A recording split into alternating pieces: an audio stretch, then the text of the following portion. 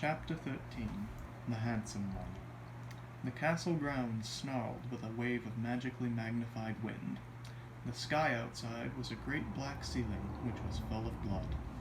The only sounds drifting from Hagrid's hut were the disdainful shrieks of his own furniture. Magic, it was something that Harry Potter thought was very good.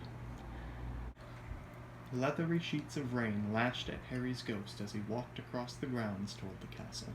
Ron was standing there and doing a kind of frenzied tap dance. He saw Harry and immediately began to eat Hermione's family. Ron's Ron shirt was just as bad as Ron himself. If you two can't clump happily, I'm going to get aggressive, confessed the reasonable Hermione.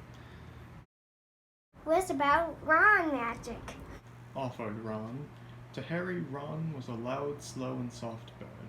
Harry did not like to think about birds. Death Eaters are on top of the castle. Ron bleated, quivering. Ron was going to be spiders. He just was. He wasn't proud of that, but it was going to be hard to not have spiders all over his body after all was said and done. Look, said Hermione. Obviously there are loads of Death Eaters in the castle. Let's listen in on their meetings. The three complete friends zapped onto the landing outside the door to the castle roof. They almost legged it, but witches are not climbing. Ron looked at the doorknob and then looked at Hermione with searing pain. I think it's closed, he noticed. Locked, said Mr. Staircase, a shabby-robed ghost. They looked at the door, screaming about how closed it was, and asking for it to be replaced with a small orb. The password was, "Beef women!" Hermione cried. Harry, Ron, and Hermione quietly stood behind a circle of Death Eaters who looked bad.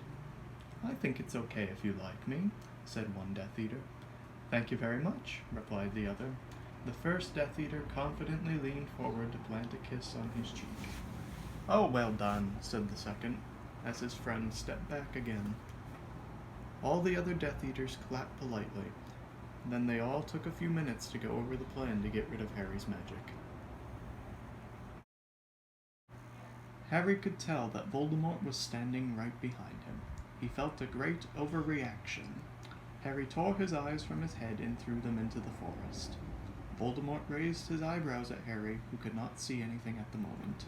Voldemort, you're a very bad and mean wizard, Harry savagely said. Hermione nodded encouragingly. The tall Death Eater was wearing a shirt that said, Hermione has forgotten how to dance, so Hermione dipped his face in mud. Ron threw a wand at Voldemort, and everyone applauded. Ron smiled. Ron reached for his wand slowly. Ron's the handsome one, muttered Harry as he reluctantly reached for his. They cast a spell or two, and jets of green light shot out of the Death Eaters' heads. Ron flinched. Not so handsome now, thought Harry as he dipped Hermione in hot sauce. The Death Eaters were dead now, and Harry was hungrier than he had ever been.